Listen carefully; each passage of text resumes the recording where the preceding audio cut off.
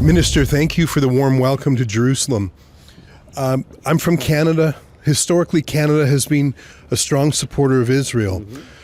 But in recent years, that's fallen away. Why do you think that is? Well, it's quite difficult to give an explanation exactly why this has happened, but I think that the main answer would be reckless immigration policies that have turned Canada to be a very different state from what it used to be. From a Western values, Judeo-Christian value state, peaceful state, to a state which went far, far after the progressive woke ideology, and as a result opened its border to many elements that are hostile to Western civilization, to the Judeo-Christian values. A lot of Islamists, a lot of activities of pro-Iranians, pro-Hamas, strong activities of organizations such as Samidun,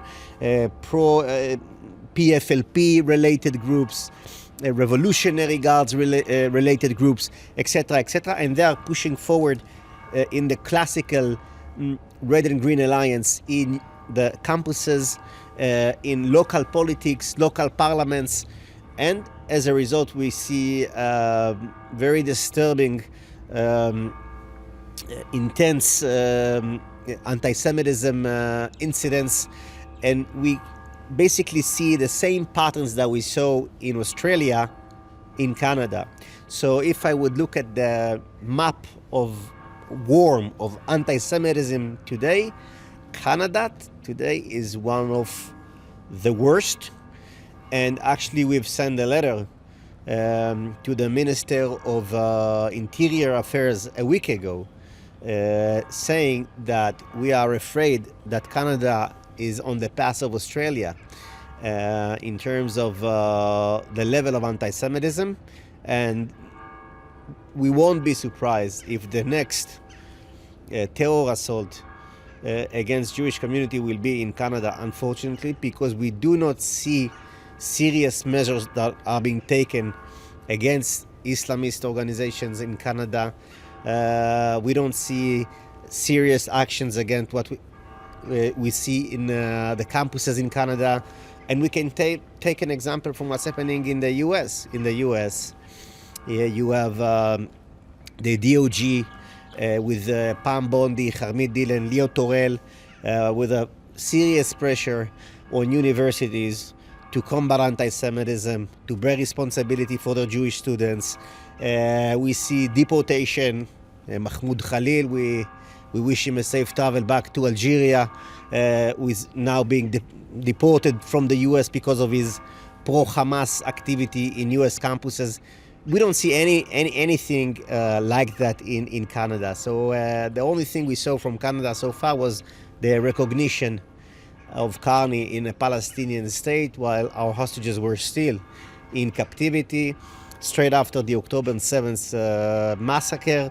And I think that the decision of Canada, France, Australia, and the UK was also a miserable decision that sends a clear message that the massacre was something worthwhile doing. Violent was something worthwhile doing. It's no coincidence and no surprise that Hamas came up with a message to thank Canada, to thank Karni for this decision. And if Hamas is giving you an applause, you are in a problem. You're not on the right side of history. There's been reports in Canada by the mainstream media that there are about 600 agents of Iran operating in Canada. And as far as I know, none of them have been deported. I think some of them are organizing protests. Others might be organizing terror. Has the Israeli government or even the Mossad shared any intelligence with Canada? Because I find it hard to believe that our own security forces like CSIS would be able to track 600 Iranian agents. Have you brought anything? I don't know if you're able to tell me the answer to that, but let me ask you this way. If you had information about that, would you share it with Canada? Would you trust sharing it with Canada? Yeah, well, obviously, and I've just mentioned that we have sent a report and a letter. Is it a confidential letter you've sent? No, it's not a confidential letter. We've just seen the level of anti-Semitism, the rise in anti-Semitism in Canada. We see patterns that are quite similar to what we've seen in Australia before the massacre on Bondi Beach. And we gave a warning for the Canadian government, and they bear full responsibility for the Jewish community. We are also aware of the intense Iranian IRCG activities in Canada.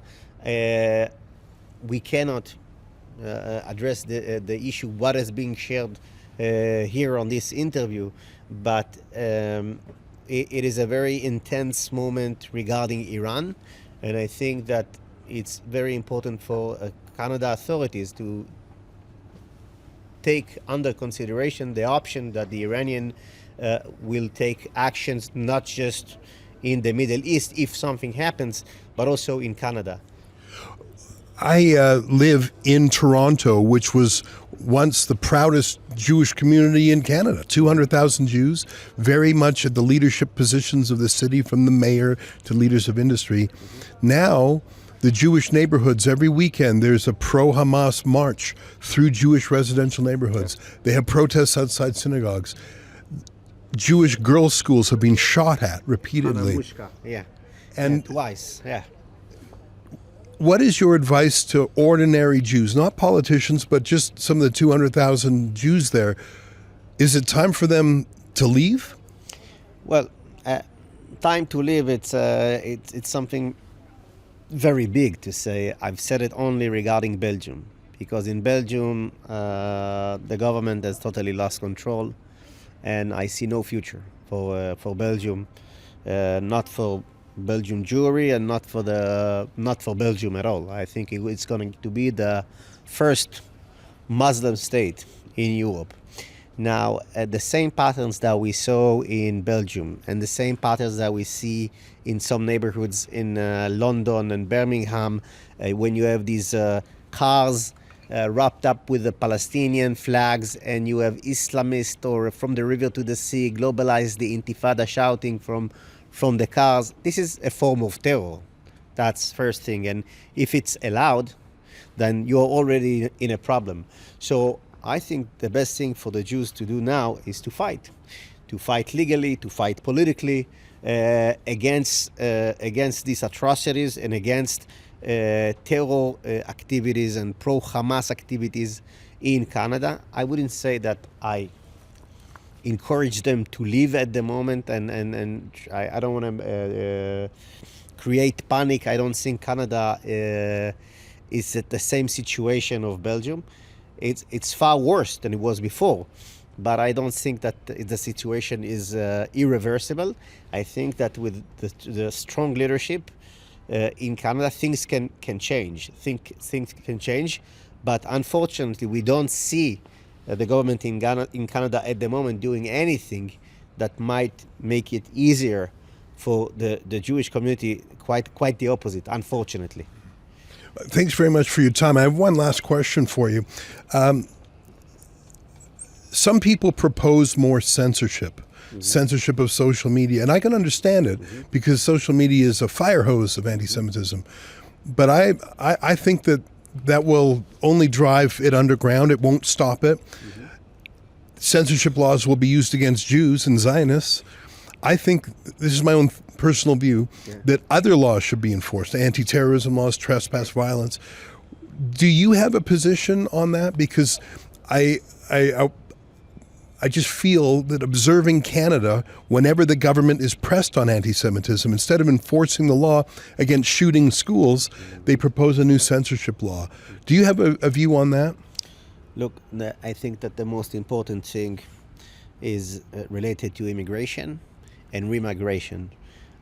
There are hostile elements in Canada of people who immigrated. Some of them immigrated illegally, many of them immigrated illegally, and they don't share any of the Canadian values, Western values, pro-Hamas, pro-Hezbollah, pro-IRCG, terrorists. And when you have terrorists in in the heart and in the mind, it's only a matter of time until their wishes and their thoughts will be translated into actions.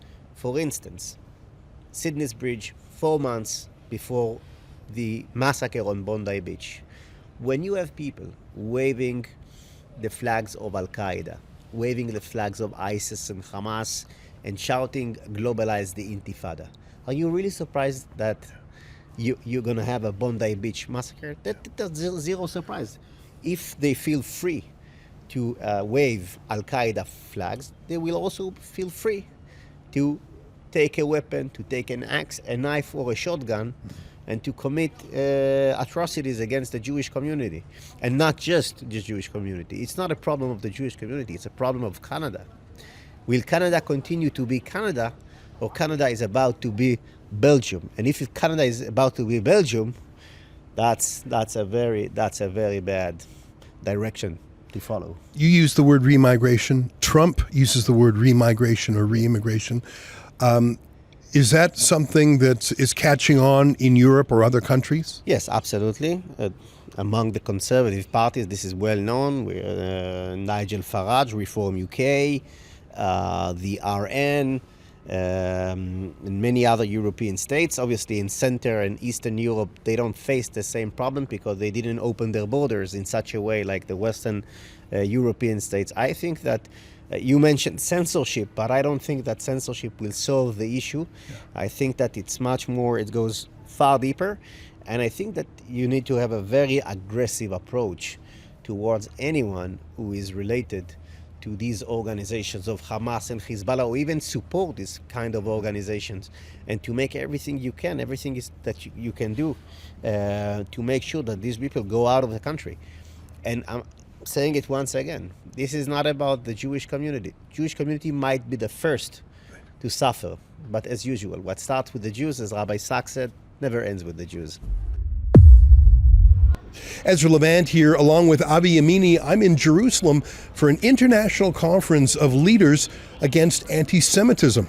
To follow all of our journalism, go to rebelnews.com.